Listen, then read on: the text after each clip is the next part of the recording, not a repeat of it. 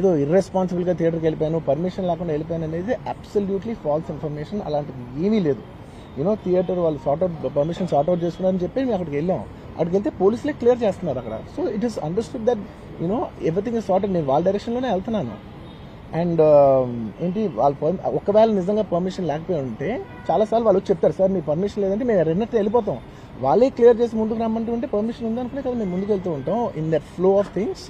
So నేను ఆ mind స్పేస్లోనే ఉన్నాను. అండ్ నేను చెప్పాల్సింది ఏంటంటే, అసలు ఇక్కడ this a false allegation that there is a road show, ఏంటది ప్రొసెషన్. అసలు ప్రొసెషన్ కాదు, రోడ్ షో కాదు, ఏమీ కాదు. జస్ట్ థియేటర్ ఇక్కడ ఉన్నాను, అక్కడ theatre just couple of metres away, couple of yards away from the theatre. అది అసలు రోడ్ షో కాదు, ఏమీ కాదు. కార్ అలా వెళ్తూ ఆగిపోయింది. ఒక పాయింట్ తర్వాత ఎంత జనం కూడిపోతారంటే అండి, మీరు కనపడితే కానీ జనం వెళ్ళరు. బౌన్సర్లు కానీ ఎవరన్నా పోలీస్ కానీ అందరూ అడుగుతారు, సార్ మీరు ఒక్కసారి వేవ్ చేసాను సార్ వాళ్ళు వెళ్ళిపోతారంటే మేము మామూలుగా ఎప్పుడు బయటకు వచ్చి అందరికి వేవ్ చేస్తాం. అది నేనే కాదు, ఎనీ లీడర్, ఎనీ సెలబ్రిటీ ఎవరైనా అడగండి, మనం వేవ్ చేస్తేనే వాళ్ళందరూ జరుగుతారు. ఓకే చూసాం, సాటిస్ఫాక్షన్ ఉంటుంది, అప్పుడు దే స్టార్ట్ మూవింగ్ అవే. ఆ దీని మీద చేశాను. And it's also respect. ఇంత వేల మంది చూస్తానికి వచ్చినప్పుడు నేను నా కార్ లోపల, టెంటెడ్ కార్ లోపల దాక్కుని కూర్చుని ఉన్నా. బట్ అంతమంది అంతమంది వచ్చినప్పుడు వాళ్ళకి ఏం కావాలి? హీరోది ఒక గ్లిమ్స్ కావాలి అంతే. అది కూడా ఇవ్వకపోతే నేను ఎంత యారగెంట్ కింద ఉంటుంది. ఇంతమంది ప్రేమ చూపిస్తే నా కాలు కూర్చున్నారులే అనుకుంటాను నేను. అరే నేను బయటకు వచ్చి ఒక్కసారి వాళ్ళందరికీ థ్యాంక్ యూ ప్లీజ్ పదండి ఇలా అంటుంటాను. మీరు చూడండి నా జస్టిస్ అని చూడండి. ఇలాంటే ఇలా పదండి అంటే నేను చెప్తేనే వాళ్ళు వెళ్తారు. అది పోలీసులు కానీ బౌన్సర్లు కానీ అందరూ, మేనేజ్మెంట్ అందరూ అడుగుతారు, సార్ మీరు చెప్తేనే వింటారు, ఒక్కసారి మీరు చెప్పండి అంటే మేము వచ్చి బయటకు వచ్చి ఇలా వేవ్ చేసి ఇలా అంటే వాళ్ళందరూ జరుగుతూ ఉంటారు. That is how we went in to the theatre. And థియేటర్కి వెళ్ళిన తర్వాత what I wanted to say is that there's a misinterpretation అనుకోండి, misinformation అనుకోండి, false information అనుకోండి, ఏమనుకోండి, it is no road show, it is no procession. Just థియేటర్కి వెళ్తుంటే జనాలు ఎక్కువ బయటకు వస్తే జస్ట్ వాళ్ళు వేవ్ చేసి మళ్ళీ లోపలికి వెళ్ళిపోయి మళ్ళీ థియేటర్ లోపలికి వెళ్ళిపోయాం. అండ్ థియేటర్ లోపల మేము సినిమా చూసిన కొంచెం సేపుకి, సార్ నా వర్క్ అసలు ఏ పోలీసు కానీ ఎవ్వరూ నాకు వర్క్ అసలు నన్ను కలవలేదు, నాతో ఏం చెప్పలేదు.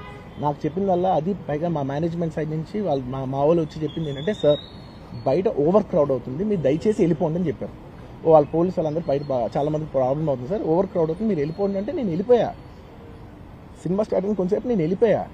నేను మా వైఫ్ అందరూ మేము బయటకు వచ్చాము అంతే. నాకు అసలు ఆ తర్వాత నెక్స్ట్ డే నాకు తెలిసింది, ఒక లేడీ ఇలా ఉందంట, కళ్ళు తిరిగి పడిపోయిందంట, ఆ తర్వాత ఆవిడ పాపం చనిపోయిందంట, ఇలా కిడ్ ఉన్నాడు అంటే నేను షాక్లో గురయ్యా. అంటే నాకు తెలియదు అసలు, నెక్స్ట్ డే వరకు నాకు అసలు తెలియదు. I had no idea. ఎందుకంటే నేను నా పిల్లోనే పక్కన పెట్టుకున్నా, నా వైఫ్, నా కొడుకు, నా కూతురు థియేటర్లోనే ఉన్నారు. నాకు తెలియదు. నిజంగా అలా జరిగి ఉంటే, నాకు తెలిసి ఉంటే నేను వాళ్ళు తీసుకుని వెళ్ళిపోతాను కదా, మినిమం కదా, ఎవరైనా వాళ్ళ పిల్లలు వాళ్ళు తీసుకుని వెళ్ళిపోతారు కదా. నాకు తెలియని కూడా తెలియదు. సరే పిల్లలు వాళ్ళు చూసుకుంటారు, మనం వెళ్ళిపోతే క్రౌడ్ క్లియర్ అయిపోతే, ప్రాబ్లమ్ సాల్వ్ అయిపోతే నేను వదిలేసి వెళ్ళిపోయా. అలాంటిది నాకు తెలిసి కూడా నేను సినిమా చూస్తూ ఉన్నాను, ఇలాంటి ఫాల్స్ అలిగేషన్స్ వస్తే చాలా బాధ వేస్తుంది. పిల్లలు ఉన్నారు సార్, పిల్లలు వదిలేసి వెళ్ళిపోతాను నేను. నాకు నా పిల్లలు అంటే ఎంత ఇష్టం తెలుసు, ఎవరైనా ఉంటారు కదా, తీసుకుని వెళ్ళిపోతారు కదా. అలాంటి నాకు క్లూ కూడా లేదు. నేను ఇంటికి వెళ్ళిపోయిన తర్వాత నేను వెళ్ళిన నెక్స్ట్ డే నాకు మార్నింగ్ తెలిసి ఇలా చనిపోయారంటే షాక్ అయ్యాను. నేను షాక్ అయ్యి ఇమీడియట్గా నేను బాస్కి ఫోన్ చేశాను, మా బన్నీవాస్కి ఫోన్ చేసి, బాస్ ఇమీడియట్గా హాస్పిటల్కి వెళ్ళి వాళ్ళ కలు నేను వస్తానంటే, సార్ నేను మొత్తం అక్కడ వెళ్ళి చెక్ చేసి వస్తాను, వాళ్ళందరూ ఎమోషనల్గా ఎలా ఉన్నారు ఏంటో మనం ఫస్ట్ చెక్ చేసుకున్న తర్వాత మీరు దిగాలి కొంచెం ఆగండి సార్.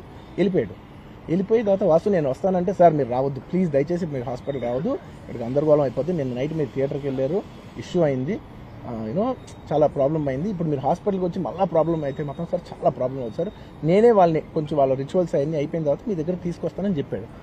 ఓకే అని వెయిట్ చేసేసరికి ఇమీడియట్గా ఏం చెప్పారు, సార్ ఏమనుకోవద్దు, వాళ్ళు మీ మీద కేసు ఫైల్ చేశారు, ఇప్పుడు మీరు వాళ్ళు కలవడానికి లేదంటే నేను మా లీగల్ టీం అదేం పర్లేదు వాసు నేను వచ్చేస్తాను. నేను కొంచెం మూర్ఖంగా మాట్లాడుతుంటే, సార్ మా లీగల్ టీం చాలా స్ట్రిక్ట్గా చెప్పింది, sir they file the case on you, మీరు ఇప్పుడు వెళ్తే legally it is not right thing to do, please don't go అని చెప్తే అప్పుడు ఆగాల్సి వచ్చింది. సార్ నాకు ఒక్కటే విషయం చెప్తా, సార్ ఎవరో వైజాగ్లో చనిపోతేనో, అయితే చనిపోతున్నారంటేనో, లేదంటే విజయవాడలో చనిపోతున్నారంటే ఒక పెద్ద ఆవిడంటేనో, లేదంటే చిరంజీవి గారి ఫ్యాన్స్ మన నూర్బాయ్ లాంటి వాళ్ళు, లేదంటే కళ్యాణ్ గారి ఫ్యాన్స్ మన ఎవరో అంటేనే వాళ్ళందరికీ నేను వెళ్ళి పర్సనల్, సార్ ఇక్కడ నుంచి విజయవాడ వెళ్ళాను సార్ ఎవరినో కలవటానికి, ఒక లేడీని, ఒక వైజాగ్ వెళ్ళాను ఇక్కడ నుంచి ఎక్కడో ఉప్పలు ఉంటే ఎక్కడో దాటి ఉంటే ఎక్కడికో వెళ్ళాను. అలాంటిది నా ఓన్ ఫ్యాన్స్, నాకు నా ఫ్యాన్స్ అంటే ఎంత ఇష్టం మీ అందరికీ తెలుసు, అలాంటి నా ఓన్ ఫ్యాన్స్ నా ఓన్ థియేటర్లో నేను ఉన్న ప్రెమిసెస్లో అలా జరిగిందంటే నేను వెళ్ళి కలవనాలని, వాళ్ళు కలవాలి నాకు ఉండదా? అది మినిమం కదా. అసలు ఎవడైనా వెళ్ళి కలుస్తారు, ఎందుకు కలవను నేను కలవపడడానికి ఏంటి రీజన్ ఏంటంటే I'm legally I'm tired, I can't go. అంత మాత్రం నేను స్పందించలేదు అని అనడానికి కూడా లేదు. సో నాకు ఏం చేయాలో తెలియక నెక్స్ట్ డే సరే వాసు మనం వెళ్ళకపోతే బాగోదు, ఏం చేయాలో తెలియక అప్పటికప్పుడు ఒక వీడియో పెట్టాను. ఎందుకంటే నేను కూడా షాక్ లో ఉన్నా. 4 తారీఖు 9:30 ప్రాంతంలో హీరో రావడం జరిగింది.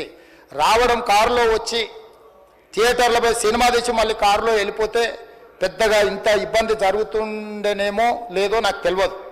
కానీ ఎక్సోడ్ చౌరస్తా కంటే ముందు నుంచే కారులో రూఫ్ టాప్ ఓపెన్ చేసి రోడ్ షో చేసుకుంటే థియేటర్లకు పోవడంతో ఆ చుట్టుముట్టుతున్న 7-8 థియేటర్లలో ఉన్న సినిమా అభిమానులు మొత్తం ఇక్కడికే రావడంతో వేలాది మంది జమైండ్రు. ఆ గేట్ ఒక్కసారి హీరో కారు లోపలికి పంపించడానికి ఆ ఉన్న గేటు తెరవడంతో వేలాది మంది ఒక్కటేసారి ఉప్పెనలాకు వచ్చారు. ఆ ఉప్పెనలో చనిపోయిన రేవతి, ఆమె కొడుకు, భార్య, భర్త, కూతురు వాళ్ళు అలాగైపోయి కొడుకు తల్లి ఒక పక్కన పోయి ఆ జనాల నుంచి తప్పించుకొని టికెట్ చేసుకొని ఆ తొక్కిసలాటలు హీరోను థియేటర్ లోపలికి తీసుకుపోవాలనుకున్న టైంకి అతను బండి మీద రోడ్ షో చేసి దిగేటప్పటికి వేలాది మంది హీరోను కలవడానికి చొచ్చుకొచ్చారు ముందుకు. అసలు అంటే ఈ రకమైన వాతావరణంలో అతన్ని లోపలికి తీసుకువెళ్ళాల్సిన సందర్భంలో అతను ప్రైవేట్ సెక్యూరిటీ, ఇవాళ రేపు మనం ఫంక్షన్లలో బౌన్సర్లు అని మనం చూస్తూ ఉన్నాం. 50-60 మంది సరిగ్గా లెక్క తెలియదు, 50-60 అని అంటున్నారు, నెంబర్ 4 ఎక్కువ తక్కువ. ఆ బౌన్సర్లు అందరు మీదికి వచ్చే అందరు అభిమానులను విపరీతంగా అడ్డంగా ఎట్లా పడితే అట్లా తోయడంతో అటు నుంచి అభిమానులు హీరోని చూడాలి, కలవాలని ఒకవైపు నుంచి వాళ్ళని హీరో దగ్గరికే రానియొద్దని ఆయన ప్రైవేట్ సెక్యూరిటీ వెనక్కి నెట్టడం వల్ల ఈ తొక్కిసలాటలో హీరో థియేటర్కి వెళ్ళి లోపలికి వెళ్ళి చూసినాక పోలీసులు ఈ మొత్తం క్రౌడ్ని, ఈ మొత్తం అక్కడ ఉన్న జమైన జనాలను అందరిని కూడా తీస్తే ఒక తల్లి కొడుకు అక్కడ శవాలుగా పడి ఉన్నారు. ఆ తల్లి అంత తొక్కిసలాటలు కూడా నేను ఆ వీడియో చూసిన ఆ తల్లి లోపలికి వచ్చినప్పుడు కొడుకు చేయి పట్టుకొని ఎంత జాగ్రత్తగా కొడుకుని తీసుకొని వస్తుందో తల్లి ప్రేమ ఎట్లుంటుందో అక్కడ నాకు చూసి నాకు అర్థమైంది. ఆ శవాలుగా మారిన తల్లి కొడుకు చెయ్యి ఇడవలే అధ్యక్ష, అట్లే చెయ్యి బిగ్గర పట్టుకొని పోలీసు వెళ్ళి చూస్తే ఆ తల్లి, ఆ పిల్లగాడు, ఆ తల్లి ఆ చెయ్యి వదలకుంటే కన్నబిడ్డను పట్టుకుని తల్లి చచ్చిపోయింది అధ్యక్ష. అట్లాంటి సిచ్యువేషన్లో పోలీసులు తల్లిని కొడుకుని హాస్పిటల్కి అక్కడ ఫస్ట్ ఎయిడ్ ట్రీట్మెంట్ చేసిండ్రు. పోలీసులు ఏం డాక్టర్లు కాదు, హుటాహుటిన తరలించిండ్రు. హాస్పిటల్కి వెళ్ళిన తర్వాత తల్లి చచ్చిపోయింది, పిల్లోడు కోమాలు ఉండు, ఆల్మోస్ట్ పోలీసులు పిల్లవాడు కూడా చచ్చిపోయింది అనుకున్నారు. బ్రెయిన్ డెడ్ అయింది, ఆక్సిజన్ అందక ఆ అబ్బాయికి. సో ఆ సిచ్యువేషన్లో వెనక్కి పోలీసులు వచ్చి హీరో గారికి విషయాన్ని తెలియజేసి హీరో గారు వెళ్ళిపోతే హీరో ఎందుకు వెళ్ళిపోవాలనుకున్నారు పోలీసులు అంటే ఇంకా వేలాది మంది అభిమానులు అక్కడనే ఉన్నారు.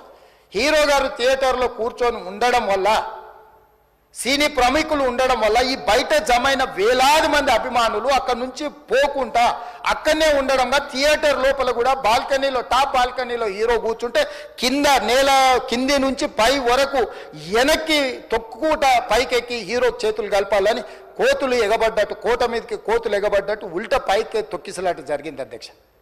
థియేటర్ వాళ్ళు పోలీసులను హీరో దగ్గరికి వెళ్ళి చెప్పడానికి కూడా అనుమతి ఇవ్వకుండా థియేటర్ వాళ్ళు పోలీసులను బ్లాక్ చేశారు అధ్యక్ష. ఎప్పుడైతే హాస్పిటల్లో తల్లి చచ్చిపోయిన పిల్లగాడు కూడా ఆల్మోస్ట్ చావు నోట్లో ఉన్నాడు అని తెలిసి పోలీసులు వచ్చి ఏసీపీ వెళ్ళి చెప్పడానికి పోతే థియేటర్ సిబ్బంది లేదు హీరో దగ్గరికి వెళ్ళడానికే వీళ్ళదని చాలాసేపు పోలీసులను కూడా హీరో దగ్గరికి పోనీయలేదు అధ్యక్ష, వాళ్ళ ప్రైవేట్ వీళ్ళు. చివరికి ఏసీపీ కోపం వచ్చేసి మిమ్మల్ని అందరిని తీసి లోపల వేయాల్సి వస్తుంది అని చెప్పిపోయి హీరోకు ఏసీపీ క్లియర్గా ఇద్దరు చనిపోయినరు, మీరు ఇక్కడ కూర్చుంటే థియేటర్లోనగా థియేటర్ బయట ఉన్న వేలాది మంది ఈ సినీ అభిమానులను మేము కంట్రోల్ చేయలేకపోతున్నాం, ల్యాండ్ ఆర్డరు శాంతి భద్రతలు చేయి దాటిపోయినాయి, మేము లాఠీ చార్జ్ చేయాల్సిన పరిస్థితి ఉంది, మీరు దయచేసి వెళ్ళిపోండి, వచ్చిండ్రు చూసిండ్రు కదా వెళ్ళిపోండి అంటే లేదు నేను సినిమా అయిపోయే వరకు ఇట్లే కూర్చుంటానని పోలీసులతో చెప్పిండని సిటీ కమిషనర్ నాకు చెప్పడం జరిగింది అధ్యక్ష.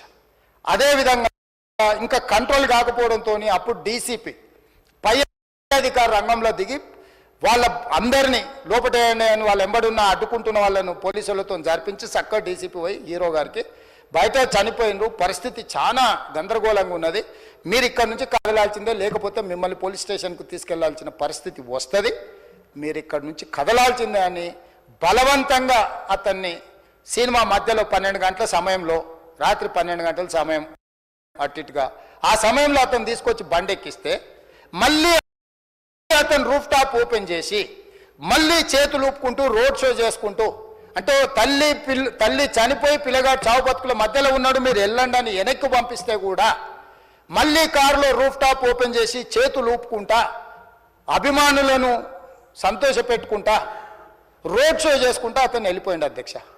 పోలీసులు కేసు చేసిరు. కేసు మీద థియేటర్కి సంబంధించిన కొంతమందిని అరెస్టు చేసిరు. అరెస్టు చేసి 10-11 రోజుల తర్వాత పోలీసు హీరో గారింటికి వెళ్ళిండ్రు. మీరు కూడా కేసులో A11 మీ మీద కేసు ఉందని చెప్పడానికి పోలీసులతో దురుసుగా ప్రవర్తించిండు. మీరు ఆ వీడియోలన్నీ కూడా చూసిండ్రు. ఆ పరిస్థితిలో చట్టాన్ని అమలు చేసే పోలీసులు ఆల్రెడీ ప్రాణాలు పోయినాయి. ఒక నిరుపేద తల్లి చనిపోయింది, కొడుకు చావు బతుకుల మధ్యలో ఉన్నాడు. ఆ రోజు కోర్టులో కేసులు కూడా వస్తున్నాయి. కోర్టుకు కూడా మీరు విచారణలు ఏం చేసిండ్రని కోర్టుకు కూడా పోలీసులు జవాబు చెప్పాల్సిన పరిస్థితి ఉండే అధ్యక్ష. దాంతో మాట్లాడితే వాళ్ళు చాలా బాధ్యతారహితంగా సమాధానాలు ఇచ్చారని మా పోలీస్ సిబ్బంది చెప్తాను. దాంతోనే అతన్ని పోలీస్ స్టేషన్ తీసుకెళ్ళారు అధ్యక్ష. ఇక్కడి వరకు ఒక హీరో, ఒక థియేటర్లో జరిగిన సంఘటనలు, వీటన్నిటి నేపథ్యంలో పోలీసులు వాళ్ళ విధి నిర్వహణ నిర్వహించారు అధ్యక్ష. ఎప్పుడైతే అతను పోలీస్ స్టేషన్కు తీసుకెళ్ళిరో కొన్ని రాజకీయ పార్టీలు పైశాచికంగా ఎంత నీచంగా నన్ను తిట్టుకుంటా పోస్టులు పెట్టినరంటే, అంటే తెలంగాణ समाजంలో మలక్పేట్ बलाला साहब के कॉन्स्टिट्यूंसी के वोटर है उन लोग मलकपेट के छोटे नौकरी उसका नौकरी अकबर साहब वो 30,000 नौकरी करता है उसके परिवार में कोई कमाई नहीं है एक एक टिकट 3,000 रुपए में खरीदा वो बच्चा उनका फैन है बोल के उनके परिवार 12,000 रुपए रखकर 4 टिकट खरीद के पिक्चर को गए 30,000 महीने को कमाने वाले నెలకు 30,000 జీతంతో పనిచేసి ఒక ప్రైవేటు చిన్న దాంట్లో ఉద్యోగం చేసుకునే తండ్రి తన కొడుకు ఆయన అభిమానాన్ని కుటుంబము 12,000 రూపాయలు 3,000కు ఒక టికెట్ 12,000 రూపాయలు పెట్టి సినిమా థియేటర్కి వెళ్తే థియేటర్లో చనిపోతే చనిపోయిన 11వ రోజు వరకు వీళ్ళు ఎవరు హీరో కానీ ప్రొడ్యూసర్ కానీ ఎవరు కానీ ఆ కుటుంబాన్ని చనిపోయిన కుటుంబాన్ని కానీ హాస్పిటల్లో చావు బతుకుల మధ్యలో ఉన్న పిల్లవాడిని పరామర్శించడానికి కూడా పోలేదు అధ్యక్ష. ఇది ఏ రకమైన మానవత్వం అధ్యక్ష నాకు అర్థం కాలే. ఇలాంటి మానవత్వం లేకుండా వ్యవహరించిన వాళ్ళను పోలీసులు విధి నిర్వహణలో భాగంగా పోలీస్ స్టేషన్కు తీసుకెళ్తే ఒక ఆయన ట్విట్టర్లో పెడతాడు అడ్డగోలుగా 10 ఏళ్ళు మంత్రి చేసి ఉద్యమాలు చేసినామని చెప్పుకునేటోళ్ళు ఉద్యమాల సమయంలో సినిమా షూటింగ్లో జరగొద్దని దాడులు చేసిన వ్యక్తులు ఇవాళ అతను భగవత్ స్వరూపుడు అసలు అతన్ని పోలీసులు ముట్టుకుంటారా? అసలు ఈ రాష్ట్రం ఏమైపోతుంది? ఈ రాష్ట్రం ఉంటుందా? ఈ రకంగా రాజకీయ పార్టీలు అధ్యక్ష రాజకీయ పార్టీలు ప్రజాప్రతినిధులుగా చనిపోయిన ప్రాణాల విలువ లేకుండా చావుకు కారణమైన ప్రత్యక్షంగా పరోక్షంగా అయిన వాళ్ళని పోలీస్ స్టేషన్కు విచారించడానికి పిలిస్తే కూడా అది కూడా తప్పుపట్టి ప్రభుత్వాన్ని బద్నాం చేయాలి, ముఖ్యమంత్రిని తిట్టాలని ఎంత నీచమైన భాష వాడింది అధ్యక్ష. యూట్యూబ్లలో మీరు చూడండి. నాకేముంటుంది అధ్యక్ష? ఏంది ఆ సినిమాకు స్పెషల్ రిలాక్సేషన్స్ ఇచ్చి ఇవాళ సినిమా ఏదైతే వ్యాపారం చేసిందో సినీ పరిశ్రమను ప్రోత్సహించాలని మొదటి వారం అత్యధికంగా సినిమా ధరలతో టికెట్లు అమ్ముకోవడానికి, స్పెషల్ షోలు వేసుకోవడానికి, బెనిఫిట్ షోలు వేసుకోవడానికి ప్రత్యేకమైన అనుమతులు ఇచ్చింది నా ప్రభుత్వమే కదా, మా ప్రభుత్వమే అధ్యక్ష.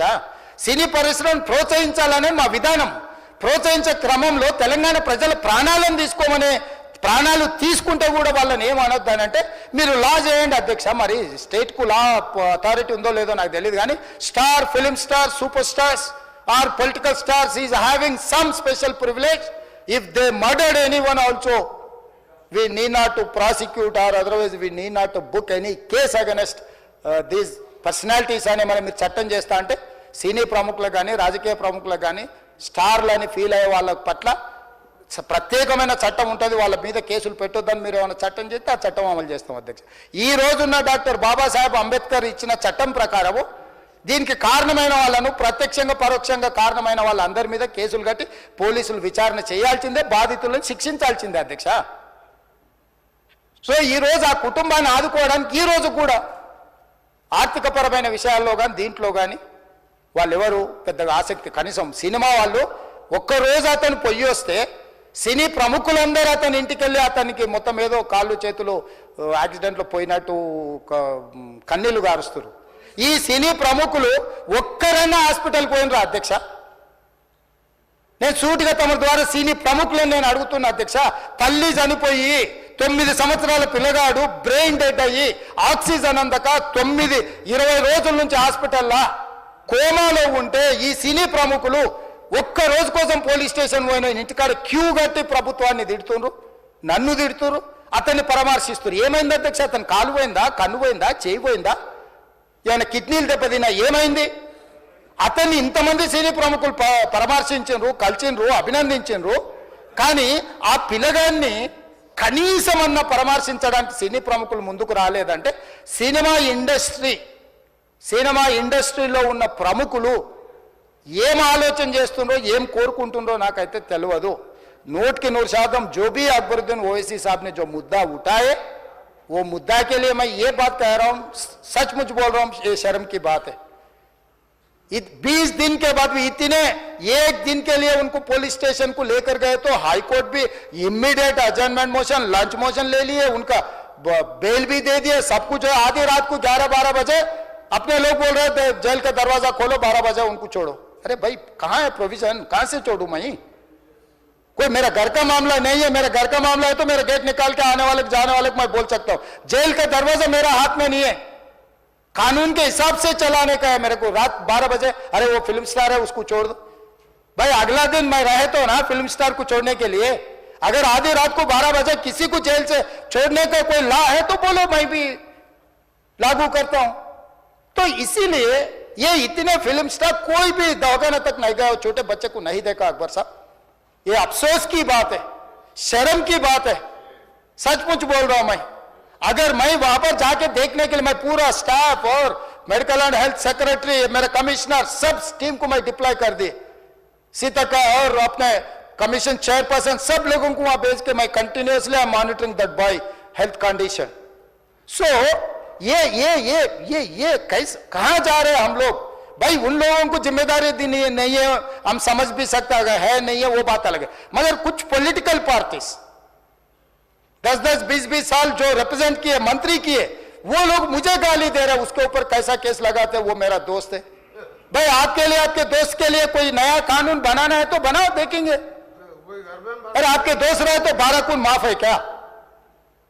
मेरा भाई के लिए भी माफ नहीं है, आपके लिए कहां से माफ करूं मैं?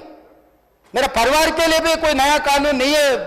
स्पीकर साहब, मैं ये कुर्सी में बैठा हूं, जो कानून है डॉक्टर बाबा साहब अंबेडकर जी ने जो कानून दिए, कानून के हिसाब से हम सरकार चलाएंगे.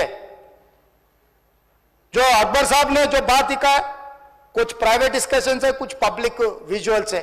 जो पब्लिक विजुअल्स में वो वापस जाते वक्त भी हाथ हिलाया, रोड शो किए, आने से पहले किए, जाने से समय पर किए, पुलिस वाले भी उसको जल्दी जाने के लिए कोशिश प्रेशर किए, सब कुछ सच है. मगर उनको तो बेल मिल गए. अभी कानून तो हम मानना ही पड़ता.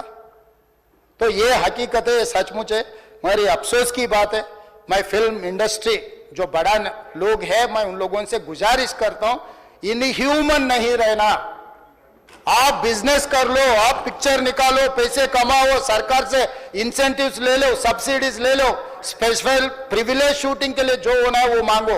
मगर किसी का हत्या होने के बाद, किसी का जान चलाने के बचाने के बाद, किसी का जान लेने के बाद आज स्पेशल प्रिविलेज मांगे तो ये सरकार में नहीं मिलने वाले. मैं जब तक मैं कुर्सी में रहता हूं तब तक नहीं देता हूं. मेरा जिम्मेदारी तेलंगाना आम जनता का जान बचाने का मेरा जिम्मेदारी है. उन लोगों के लिए कोई भी तकलीफ दिए, उन लोगों को कांग्रेस सरकार ने, मेरे सरकार ने छोड़ने वाला नहीं.